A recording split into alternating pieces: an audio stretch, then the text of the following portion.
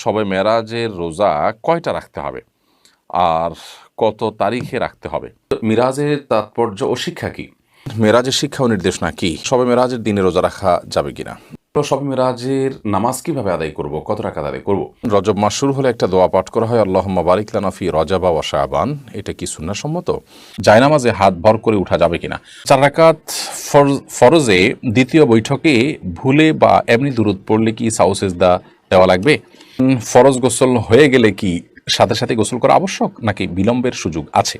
মৃত্যুর পর দুনিয়ার মানুষের কথা কি মনে পড়ে? চলুন তাহলে আর বিলম্ব না করে আমরা মূল পর্বে প্রবেশ করি এবং আপনাদের যে সমস্ত প্রশ্ন আমাদের কাছে ইতিমধ্যে চলে এসেছে সেগুলোর উত্তর আমরা দেওয়ার চেষ্টা করি। পিঙ্কি আক্তার আপনি লিখেছেন, মৃত্যুর পর দুনিয়ার মানুষের কথা কি মনে পড়ে?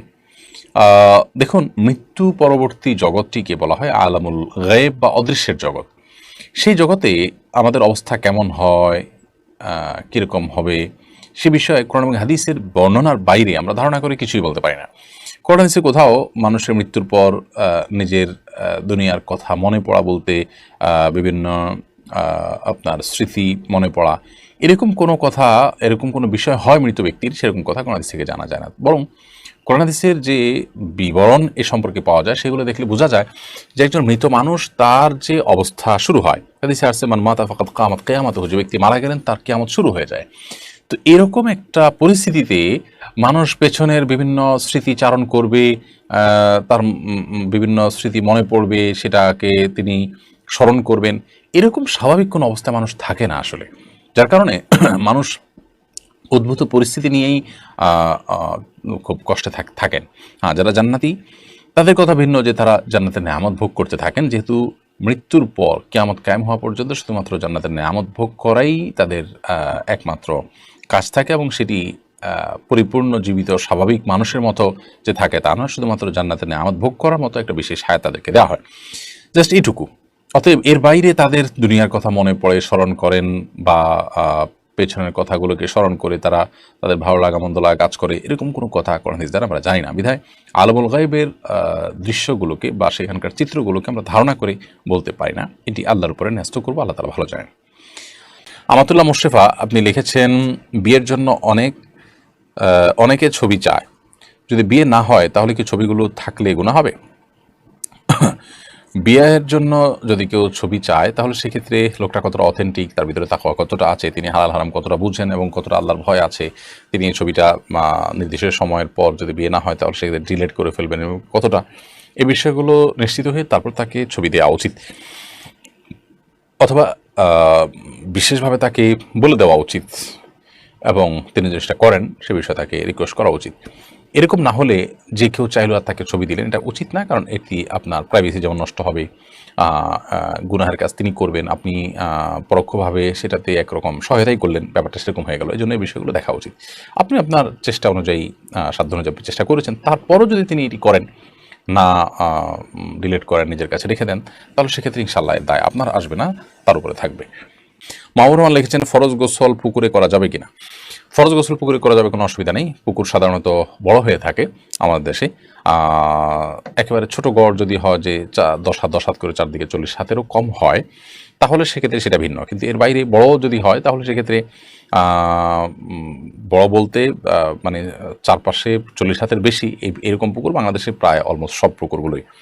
তো এই সমস্ত পুকুরে গোসল করাতে কোনো অসুবিধা নেই। ফরজ গোসল, সেখানে যদি আপনার নাপাক লেগেও যায় তাতে সব পানি নাপাক হয়ে যাবে না, কারণ পানি যখন অনেক বেশি থাকে সেখানে সামান্য নাপাক লাগলে সব পানি নাপাক হয়ে যায় না। হ্যাঁ, নাপাকটা যদি কোথাও দৃশ্যমান থাকে তাহলে ওই দৃশ্যমান যেখানে তার আশপাশের পানিগুলো শুধুমাত্র নাপাক থাকবে, এবং সেটা যদি আস্তে আস্তে পরিবর্তিত হয়ে যায় আর দৃশ্যমান না থাকে তাহলে তার কোনো কথাই নেই। অতএব ফরজ গোসল পুকুরে করতে কোনো সমস্যা নেই। দিনের পথে আসেন আইডি থেকে আপনি লিখেছেন, স্বামী স্ত্রীর মধ্যে ভালোবাসা বৃদ্ধির উপায় কি? স্বামী স্ত্রীর মধ্যে ভালোবাসা বৃদ্ধি করার জন্য অন্য সব মানুষের সাথে ভালোবাসা বৃদ্ধির ক্ষেত্রে যেরকম সালামের ভূমিকা রয়েছে, সেই সালামটা আদান প্রদান করতে হবে। নবী করিম সাল্লাল্লাহু আলাইহি ওয়াসাল্লাম বলেছেন যে তোমরা যখন পরস্পরের মধ্যে সালামের আদান প্রদান করবে তখন তোমাদের মধ্যে ভালোবাসা বৃদ্ধি পাবে। সেই সাথে তিনি হাদিয়া প্রদান করার কথা বলেছেন, উপহার আদান প্রদান করা। অনেক সময় স্বামীরা স্ত্রীদেরকে সুবিধা দেন, স্ত্রী স্বামীকে সারপ্রাইজ দেওয়া, স্বামীকে বিভিন্ন ক্ষেত্রে খুশি হওয়ার মতো কোনো কিছু পেশ করা তার জন্য।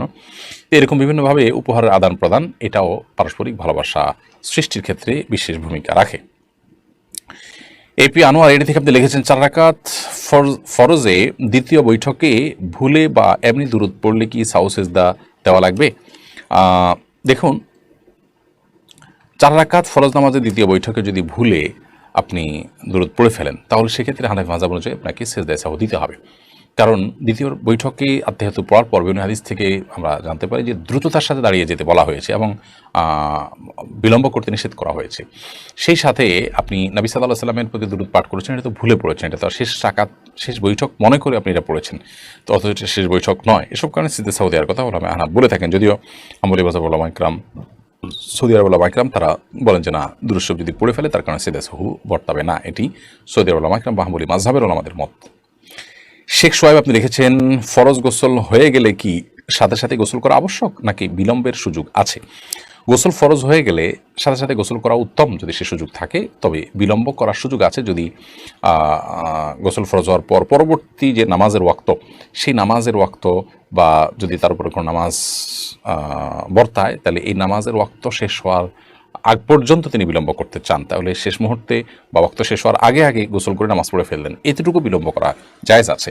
তবে এক্ষেত্রেও গোসল ফরজ হয়ে গেলে যদি লম্বা সময় তিনি বিলম্ব করতে চান, এশার পরে গোসল ফরজ হয়ে গেল, ফজর আগ পর্যন্ত তিনি সুযোগ পাবেন গোসল করার, তাহলে সেক্ষেত্রে এই সময়টা তিনি গোসল না করে শেষের দিকে একসাথে ফজর ওয়াক্ত হলে তখন গোসল করতে চান, তাহলে অজু করে ঘুমানো বা অন্যান্য কাজ করাটা সুন্নাহ, এটা উত্তম। কিন্তু যদি কোনো কারণে ওযু নাও করেন, তাতে তিনি কবিরা গুনাহ করেছেন ব্যাপারটা এরকম না, সুন্নাতও করেছেন, এটুকু বলা যাবে। রিফাত মাহমুদ লিখেছেন, তাহাজ্জুদের সালাত আওয়াজ করে কেরাত পড়া যাবে কিনা? তাহাজ্জুদের সালাতে আপনি রাতে আওয়াজ করে কেরাত পড়তে পারেন, যেহেতু রাতের নামাজ আপনি আওয়াজ করে কেরাত পড়তে পারবেন। দিনের নামাজ হলে সেটা নীরবে পড়বেন, আর রাতের নামাজ আপনি অবশ্যই আওয়াজ করে পড়তে পারেন। ইঞ্জিনিয়ার নাজমুল হোসেন আপনি লিখেছেন, সফররত অবস্থায় যদি কসর নামাজ 2-1 ওয়াক্ত আদায় করা সম্ভব না হয়, তাহলে সেটা কিভাবে কাজা আদায় করতে হবে? সফররত অবস্থায় কসরের নামাজ যদি আদায় করা না যায়, অর্থাৎ আপনার সফর অবস্থার নামাজ কাজা হয়, তাহলে বাড়িতে আসার পর সেই নামাজটা যখন কাজা করবেন, তো কসর হিসাবে কাজা করবেন, যেহেতু এটা ফরজ হয়েছিল কসর হিসাবে। ঠিক একইভাবে বাড়িতে থাকা অবস্থায় কোনো নামাজ কাজা হয়েছে, সফরে গিয়ে সেটা যদি আদায় করতে চান, তাহলে সেক্ষেত্রে পূর্ণাঙ্গ আদায় করবেন, যেহেতু এটা ফরজ হয়েছিল পূর্ণাঙ্গভাবে, অর্থাৎ যেভাবে পূর্ণাঙ্গ ফরজ হয়েছে আদায়টা ঠিক সেভাবে হবে।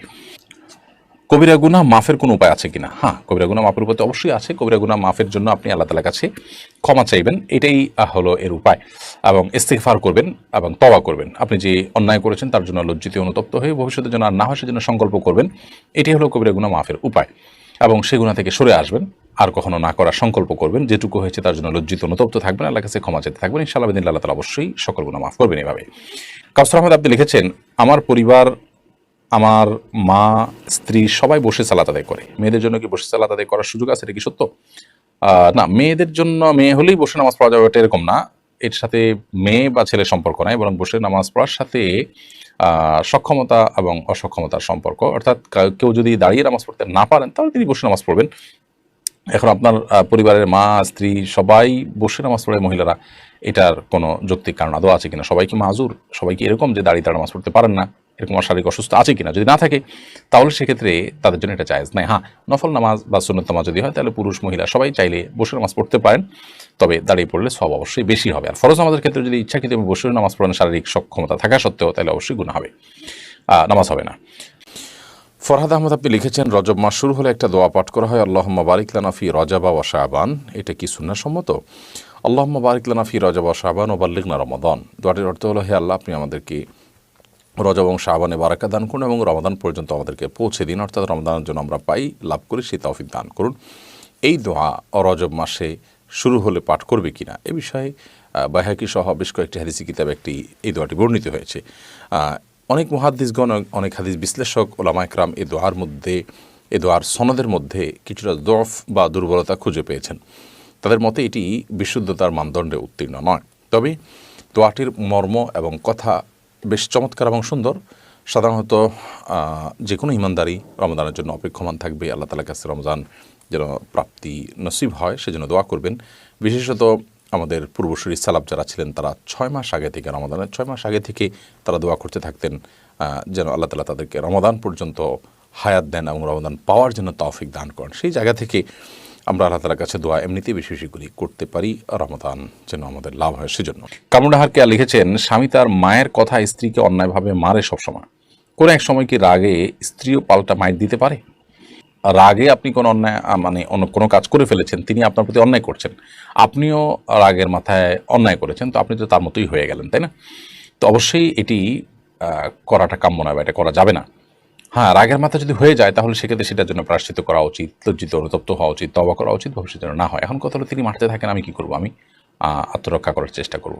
যদি এমন হয় যে তার মারে আমার আঘাতপ্রাপ্ত হই, আমি কষ্ট নিপতিত হই এবং আমি অ্যাক্সিডেন্টে পড়ার বা দুর্ঘটনার আশঙ্কা করি, তাহলে সেক্ষেত্রে অবশ্যই আমি ডেফিনেটলি সেটিকে প্রতিহত করার চেষ্টা করব বা আত্মরক্ষা করার চেষ্টা করব, কিন্তু পাল্টা তাকে মার দেওয়ার চেষ্টা করব না। হ্যাঁ, যদি এমন হয়, আল্লাহ না করুন এত মানুষ হয় যে আপনার জীবনকে সংকটের মধ্যে ফেলে দেয়, তাহলে তো সেক্ষেত্রে আপনি আত্মরক্ষার জন্য যতটুকু প্রয়োজন ততটুকু আপনি অবশ্যই করতে পারেন। কিন্তু আপনাকে এমনিতে শারীরিকভাবে আঘাত করেছে, যেটার কারণে আসলে বাঁচা মরার কোনো ব্যাপার না।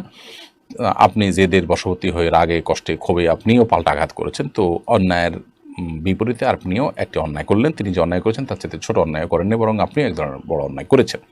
তো এটা উচিত না। আর যে ভদ্রলোক তার মায়ের কথায় স্ত্রীর গায়ে হাত তুললেন, তিনি অবশ্যই ছোট লোকই করছেন এবং তিনি গুনাহগার হচ্ছেন। প্রিয় নবী সাল্লাল্লাহু আলাইহি ওয়াসাল্লাম কোনোদিন কোনো নারীদের গায়ে হাত তোলেননি। তার একাধিক স্ত্রী ছিলেন এবং বিভিন্ন বিষয়ে মনোমালিন্য হয়েছে, কিন্তু কখনো তাদের গায়ে হাত তোলেননি এবং তিনি এই ব্যাপারে নিরুৎসাহিতও করতেন। অতএব একজন ইমানদার হিসাবে মায়ের কথা, বিশেষ করে স্ত্রীর প্রতি অন্যায় করা, অবিচার করা, এটা গুনাহের কথা। আল্লাহ সুবহানাহু ওয়া তাআলা বলেছেন, ওয়াশিরুহুন্না বিল মারুফ, তোমরা তোমাদের স্ত্রীদের সাথে সুন্দরভাবে দিনাতিপাত করবে এবং জীবন যাপন করবে। বিধায় জুলুম কোনো অবস্থাতে গ্রহণযোগ্য নয়। আপনি সবর করুন বোন, এই সমস্যা আপনার চিরকাল থাকবে না ইনশাআল্লাহ। সংসার ভারী হবে, একটা সময় সন্তান সন্ততি বড় হবে, আপনার সমস্যার সমাধানের পথ আপনি খুঁজে পাবেন। আল্লাহ আপনাকে সবর তৌফিক দান করুন এবং আপনার স্বামীকে আল্লাহ তাআলা হেদায়েত দান করুন।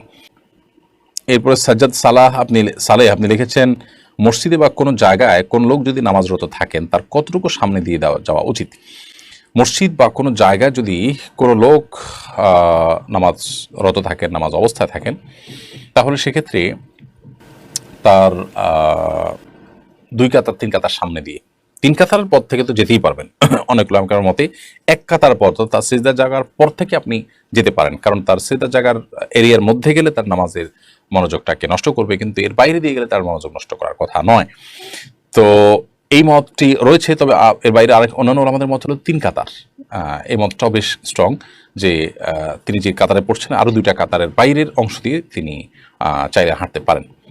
মমিতা জাহান লিখেছেন, মৃত ব্যক্তি যে ঘরে মারা যায় ওই ঘরে সারা রাত বাতি দিয়ে কেউ না কেউ থাকতে হবে, ৪০ দিন সেই ঘরে খালি রাখতে নেই। এ কথাটা কতটুকু সত্য? এটা সম্পূর্ণ ভুল কথা এবং এ জাতীয় অনেক বিষয় হিন্দুদের অনেক ধর্ম বিশ্বাস থেকে আমাদের মধ্যে এসেছে, সে বিষয়ে আমাদেরকে সতর্ক থাকতে হবে। হুমায়রা মাসুদ আপনি লিখেছেন, আমার স্বামী একজন সরকারি চাকরিজীবী, চাকরির শেষে সে যে পেনশন পাবে সেটা নেওয়া জায়েজ হবে কিনা? অবশ্যই মানে সরকারি চাকরি যে পেনশনের টাকা গ্রহণ করতে পারেন, এতে কোনো অসুবিধা নেই। শিবন নাসরিন লিখেছেন, মহিলারা কি রাতে নামাজগুলো একটু আওয়াজ করে পড়তে পারবে, বেশি জোরে না, নিজে শুনতে পায় এরকম? হ্যাঁ, নিজে শুনতে পায় এরকম করে করতে পারেন, অসুবিধা নেই। নাদিয়া সুলতান আপনি লিখেছেন, সেজদা থেকে উঠার সময় জায়নামাজে হাত ভর করে উঠা যাবে কিনা? সেজদা থেকে উঠার সময় আপনার মাটিতে বা জায়নামাজে ভর করে না উঠে যতটুকু সম্ভব আপনার সরাসরি ওঠা উচিত। যদিও নবী করিম সাল্লাল্লাহু আলাইহি ওয়াসাল্লাম মাটিতে ভর করে ওঠার কথা বর্ণিত আছে, কিন্তু সেটার ব্যাপারে অনেক মুহাদ্দিসদেরই ব্যাখ্যা হলো যে নবী সাল্লাল্লাহু আলাইহি ওয়াসাল্লামের শারীরিক অসুস্থতার কারণে এটা কখনো তিনি করেছেন। অতএব কারোর শরীরে অসুস্থতা বোধ করলে তিনি এটা করতে পারেন, কোনো অসুবিধা নেই। বাট সুস্থ স্বাভাবিক অবস্থাতে তার এরকম না করে বরং হাঁটুতে ভর করে তারপর দাঁড়ানো উচিত। এরপরে খুকুমনি আপনি লিখেছেন, রাস্তাঘাটে অনেকে সাহায্য চায়, টাকা চায়, এক্ষেত্রে কাদের সাহায্য করা উচিত আর কাদের সাহায্য করা উচিত নয়? যদি আপনার কাছে মনে হয় যে লোকটা ফ্রড বা প্রতারক বা তার আসলে অনেক আছে, তিনি ভনিতা করছেন, তাহলে সেক্ষেত্রে আপনি তাকে সাহায্য করবেন না। আর যদি আপনার মনে হয় সেরকম না, তাহলে সাহায্য করতে পারেন। এমনকি প্রতারক কিনা আপনি জানেন না, আপনি সুধারণা করে যে সাহায্য করেন, ইনশাআল্লাহ বিদিল্লাহ সে প্রতারক হলেও আপনি আল্লাহর কাছে গুনাহগার তো হবেই না, বরং সওয়াব পাবেন, যেহেতু আপনি তার প্রতি সুধারণা করে দিয়েছেন।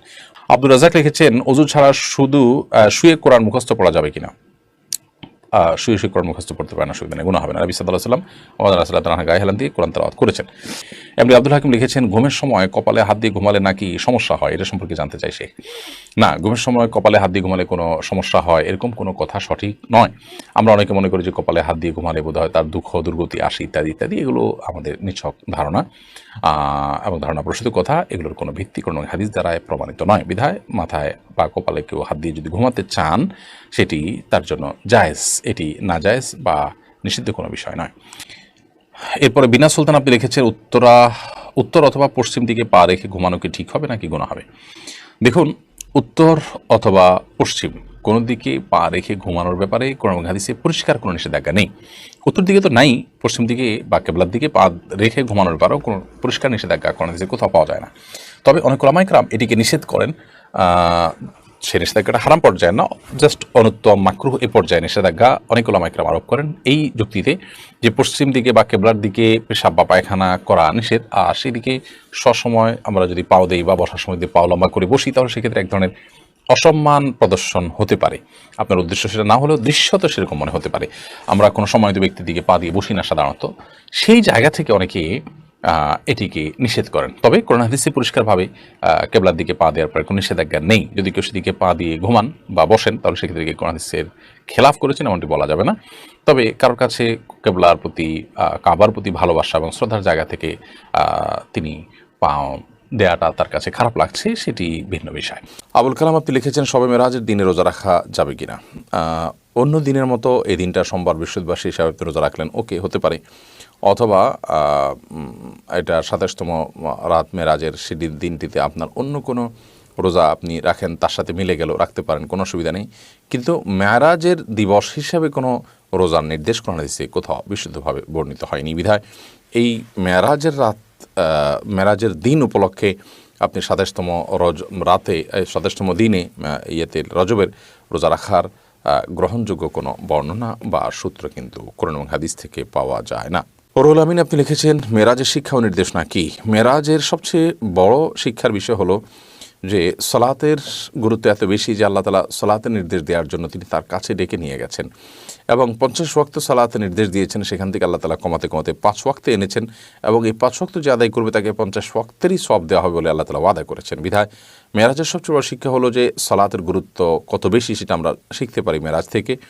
এবং সেই সাথে মেরাজের মাধ্যমে আল্লাহ তাআলা তাকে, নবী সাল্লাল্লাহু আলাইহি সাল্লামকে কিছু কিছু অপরাধের শাস্তি কেমন হবে তার ডামি আল্লাহ তাআলা দেখিয়েছেন, তার মুখ আল্লাহ তাআলা দেখিয়েছেন এবং সেটির মাধ্যমে সে সমস্ত অপরাধগুলোর ভয়াবহতাও আমরা আঁচ করতে পারি, অনুমান করতে পারি। বিধায় মেরাজের সমস্ত শিক্ষাগুলো আমরা ধারণ করতে চেষ্টা করব এবং নবী সাল্লাল্লাহু আলাইহি সাল্লাম যে বার্তাগুলো এনেছেন সেই বার্তাগুলো আমরা গ্রহণ করার চেষ্টা করবো। আল্লাহ আমাদের সেই তৌফিক দান করুন। তো শবে মেরাজের নামাজ কীভাবে আদায় করব, কত রাকাত আদায় করব? দেখুন, শবে মেরাজ মানে হলো মেরাজের রাত, অর্থাৎ যে রাতে নবী করিম সাল্লাল্লাহু আলাইহি ওয়াসাল্লাম মেরাজ হয়েছিল। নবী সাল্লাল্লাহু আলাইহি ওয়াসাল্লামের জীবনে মেরাজ এবং ইসরার ঘটনা ঘটেছে, সেটি সত্য এবং মহাসত্য এবং হাদিসের আলোকে সুস্পষ্টভাবে এটি প্রমাণিত। তার এই মেরাজ যে রাতে হয়েছে, সেই রাতটাকে প্রতি বছর উদযাপন করা, এটাকে বলা হয় মেরাজ উদযাপন বা শবে মেরাজ বা মেরাজ বার্ষিকী। তো এরকম উদযাপনের কথাই কোনো হাদিসে নেই। বরং আরও ইন্টারেস্টিং বিষয় হলো নবী সাল্লাল্লাহু আলাইহি ওয়াসাল্লাম মেরাজটি কোন তারিখে হয়েছে সেটি হাদিসে সংরক্ষিত নয়, প্রণীত নয়। বিভিন্ন ইতিহাসবিদগণ, হাদিস বিশ্লেষক, বিভিন্ন ওলামায়ে কেরাম বিভিন্ন মন্তব্য করেছেন মাত্র। এর প্রকৃত রূপ